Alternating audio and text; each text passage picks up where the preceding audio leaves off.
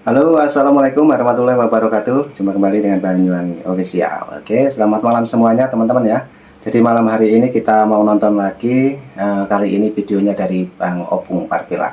Jadi bagaimana videonya nanti kita siapkan sambil bercanda teman-teman. Tapi juga ada seriusnya. Oke, untuk videonya kita sudah siapkan dan mari kita tonton videonya Opung Parpila. Lanjut. Tidak pernah saya. Tentukan saya. Kapan ini marah-marahnya? Ya, maju. Saya tidak nanti ini marahnya. Tidak lihat ya. Siapa menang? Ya. Tidak ini kamu pokoknya marah-marah. Masih ingat di benak kalian seorang ASN Bekasi 8,6 miliar? Masih ingat kan di Bekasi? Inilah hebatnya netizen Indonesia, biar tahu kalian. Perbuatan yang dilakukan si ibu ASN itu kan hanya perbuatan melakukan tindakan intoleransi terhadap tetangganya. Tapi yang jadi sorotan para netizen itu harta kekayaannya. Hati-hati kalau sudah berhadapan dengan netizen. Sekali bikin rujak orang itu menggilingnya itu nggak tanggung-tanggung. Iya betul. Ngeri netizen Indonesia ini.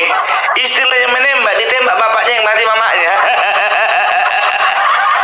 Gimana-mana itu nanti pelurunya itu biar tahu kalian. Ya, jadi gitu ya.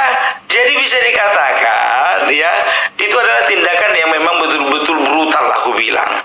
Tapi tahu enggak kalian, ternyata di Parepare tindakan penolakan dan juga penutupan sebuah sekolah swasta Kristen di Parepare, Sulawesi Selatan, ternyata inisiatornya adalah seorang ASN. ASN namanya si Fahru. Siapa namanya itu kalau nggak salah itu? Gak penting sama aku ingat namanya. Fahri Nusantara namanya. Tidak pernah saya. Tentukan saya. Kapan ini marah-marahnya? Saya tidak nanti ini marahnya. Tidak lihat ya. Siapa menang? Ya. Tidak ini kamu pokoknya marah-marah. Apa? Saya itu ketua PIC. Saya itu menyangkut sebuah nomor 1018 akan turun di sini.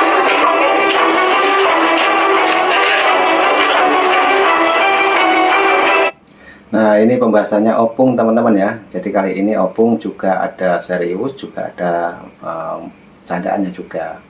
Dan mungkin teman-teman yang belum menonton di tempatnya Opung Parpila, silahkan kunjungi channelnya Opung Parpila.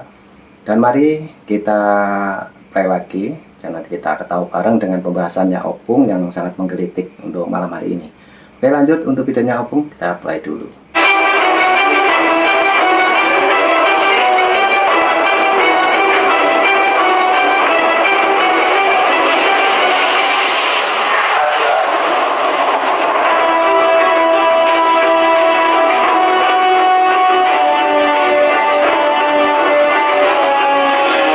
Ya, Fahri Nusantara ini orang ya, jujur aja aku mau soroti dulu beberapa poin yang disampaikannya ya, di dalam pertemuan dia dengan beberapa orang di sana ya. Yang pertama, ini orang manusia nggak punya otak, kalau ku bilang. Coba bayangkan ya, dia itu adalah seorang aparatur sipil negara ya. Seorang aparatur sipil negara, ketika dia diambil sumpah, dia dia bersedia untuk setia terhadap Undang-Undang Dasar 45 dan juga dengan Pancasila ya. Jadi sekarang yang jadi pertanyaannya ya, kenapa kau nekat menabuh genderang perang di tengah-tengah masyarakat Kota Parepare ya? Ada ajakan dari kau mengajak massa di sana untuk melakukan penyerangan, untuk melakukan perang ya. Dan kau katakan apa? Kalau perlu Parepare ini kita bikin seperti Poso. Nggak punya otak kau, nggak punya otak ya. Kau tuh nggak punya hati, nggak punya nurani. Makanya saya ngomong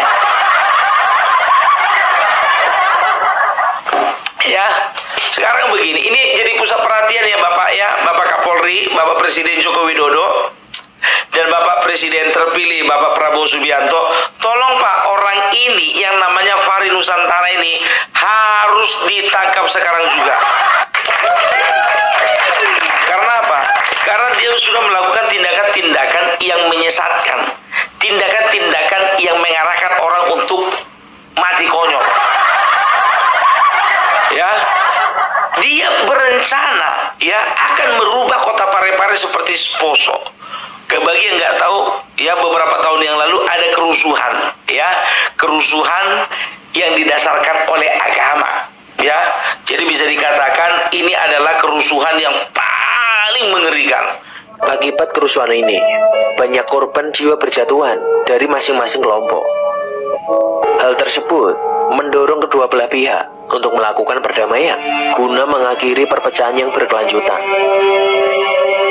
Salah satu usaha perdamaian yang efektif ialah Deklarasi Damai Malino I pada bulan Desember tahun 2001 yang merupakan inisiatif dari Pendeta Ato Bondo. Beliau menghubungi SBY selaku Menteri Koordinasi Politik dan juga Keamanan pada saat itu, Yusuf Kala sebagai Menteri Koordinasi Kesejahteraan Masyarakat, dan juga Menteri Pertahanan yaitu Abdul Jalil. Inisiatif tersebut diterima baik dan segera ditindaklanjuti dengan ditunjuknya Yusuf Kala sebagai pemimpin mediator di Poso.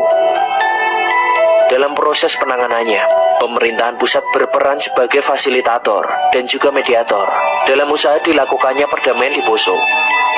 Kemudian, diadakanlah pertemuan pada tanggal 18 Desember hingga 20 Desember tahun 2001.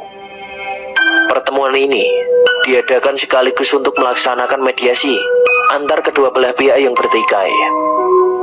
Pertemuan ini diadakan di Malino, Kabupaten Goa, Sulawesi Selatan, dan diikuti oleh peserta dari kelompok M dan juga kelompok K, masing-masing 25 peserta sebagai mediator. Dan hasil dari pertemuan ini membuahkan sebuah kesepakatan untuk mengakhiri konflik dan juga bekerja sama dalam menjaga perdamaian di Poso. Itu dia kisah mengenai konflik yang terjadi di Poso pada saat itu. Melalui rentetan peristiwa yang terjadi, kita dapat menyadari bahwa persoalan mengenai etnisitas dan juga agama di Indonesia. Jadi ini manusia ingin membuat kota Parepare sama seperti Poso. Kalian orang Parepare, kalian warga Parepare, kalau memang kalian memang turut apa kata manusia yang satu ini, memang betul kalian menginginkan kehancuran bangsa. Nah, itulah pembahasannya Opung ya. Tadi sudah diberitahu untuk kita semua yang menonton bahwa di situ juga ada videonya, ilustrasinya yang dibawakan oleh videonya Opung Parbella. Oke, lanjut untuk videonya Opung, kita lanjutkan kembali. Ini dengan bangganya kau bilang ke aku, ketua FPI, ketua FPI, ketua FPI. Begitu kau telepon nanti langsung Laskar 1000 turun. Sekarang jangan cuma disuruh turun, ya. Kalau bisa dikasih konsumsinya. Kalau bisa nanti saya yang maju di depan memimpin perang. Siapa kali kau? Matanya ini. Sekarang begini, ya. Ini hati-hati, ya, perkataanmu ini sudah direkam, ya, oleh tim cyber yang ada di kepolisian. Karena apa? Kami bergerak, semua YouTuber yang ada ya di dalam barisan pembelanya Joko Widodo itu bersepakat untuk memviralkan kau, biar tahu kau. Biar sekalian kau terkenal. Heran aku ngelihat.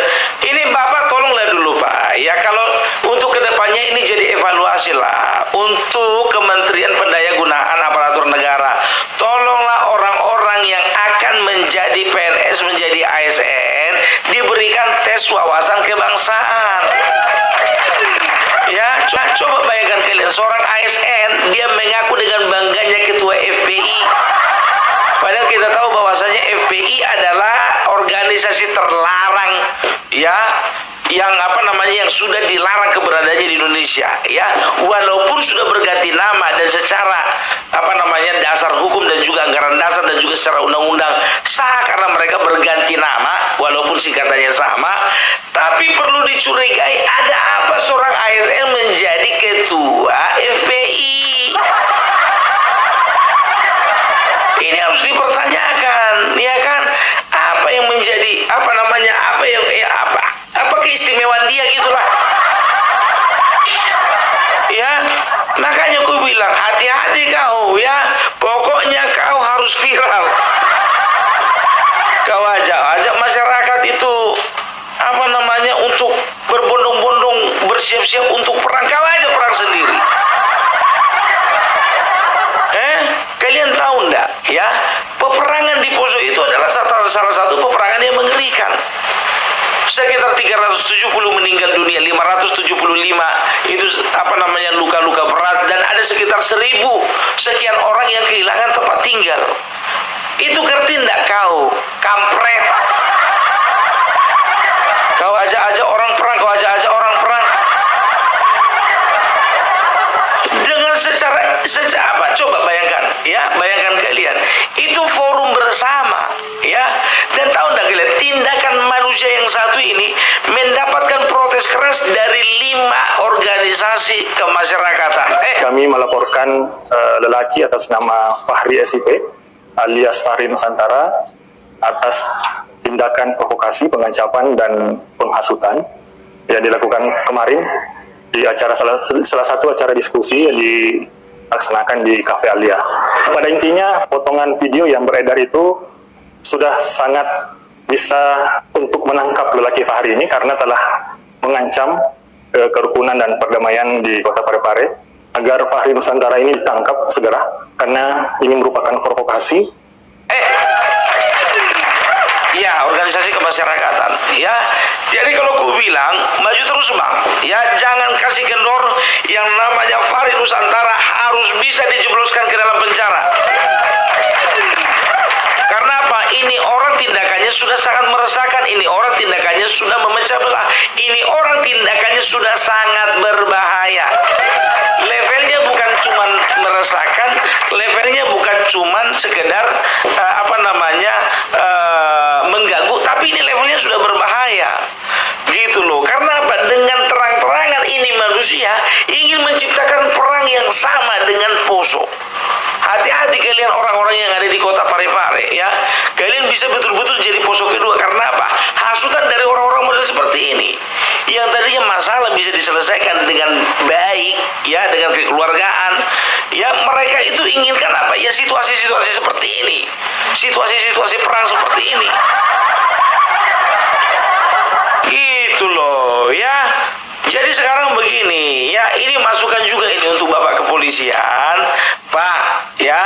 Jadi kalau bisa tolonglah Bapak juga sebagai aparat penegak hukum jangan berat sebelah ya. Jangan kalau misalnya yang minoritas bikin masalah, contohnya langsung cepat-cepat kalian tangkap. Begitu mayoritas ya yang bikin masalah ya, tiba-tiba datang misalnya orang membuat kerusuhan, kalian diam-diam aja. Gitu dong ya. Jadi tolonglah dulu ya untuk pemerintah Kota Parepare ya, berbicara tentang sekolah Yayasan Kristen Gamaliel itu ya, kalau masih bisa dibicarakan, diskusikan dengan baik-baik. Bukan begini caranya si Farul Rozi dengan menciptakan perang. Ini manusia memang gak punya otak ya. Capek kita bagaimana caranya kita merajut keberagaman, merajut perbedaan di antara satu dengan yang lain. Ini orang berusaha untuk memecah belah. Manusia nggak seperti itu. Ya, manusia nggak seperti itu. Gitu loh. Ini Indonesia cannot, I repeat, cannot sit back and relax seeing the injustice that continues to be committed against the people of Palestine.